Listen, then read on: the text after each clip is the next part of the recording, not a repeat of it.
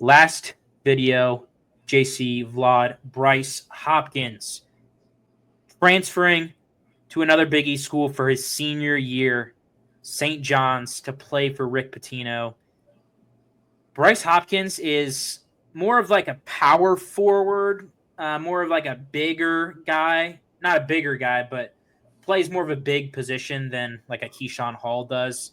But 4-star out of high school, very highly rated recruit from Oak Park, Illinois. Played it 1 year for Calipari, Kentucky.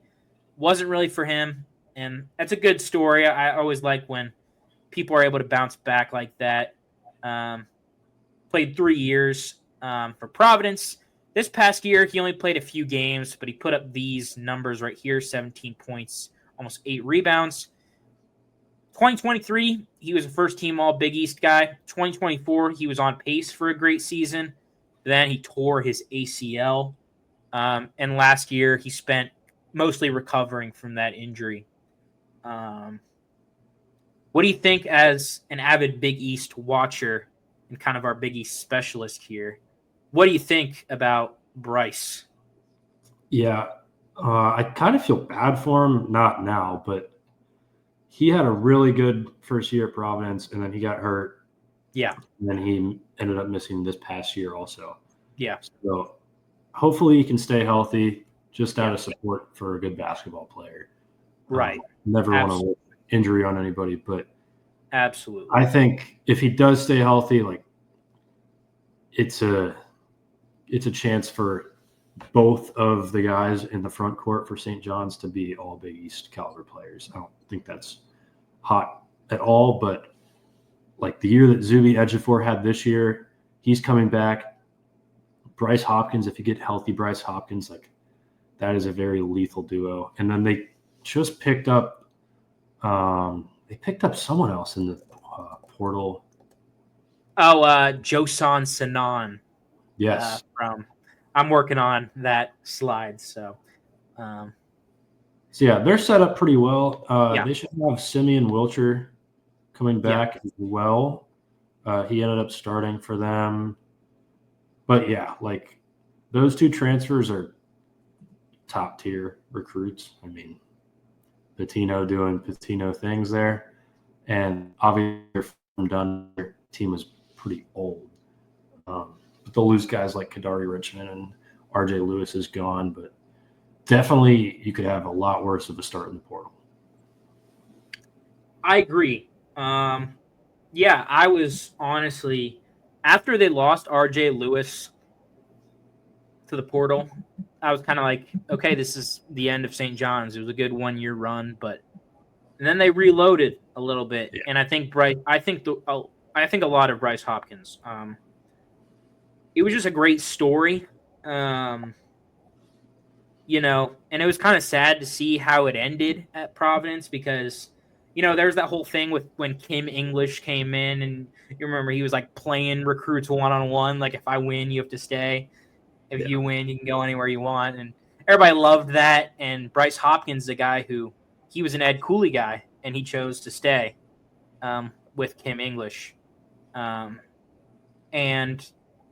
this year what did not go the way. This probably because of that recovering from the injury did not go the way that Providence wanted this year. There's no sugarcoating that. And I think it was just time for him to move on. Yeah. I think that Rick Pitino can really get the best out of Bryce Hopkins also. And I think Bryce Hopkins is, you know, he's kind of a bruiser, 6'7", 220.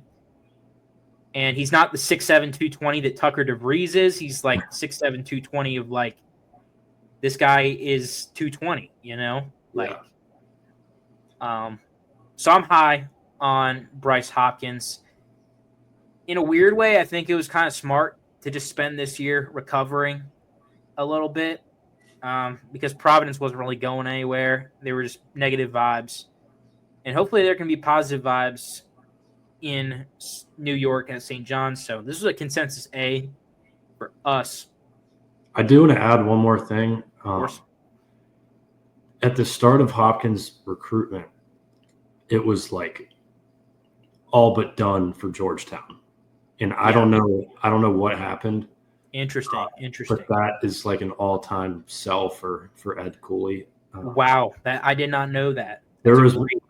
I want to say he visited visited Georgetown and canceled his St. John's visit. Like it was that locked in.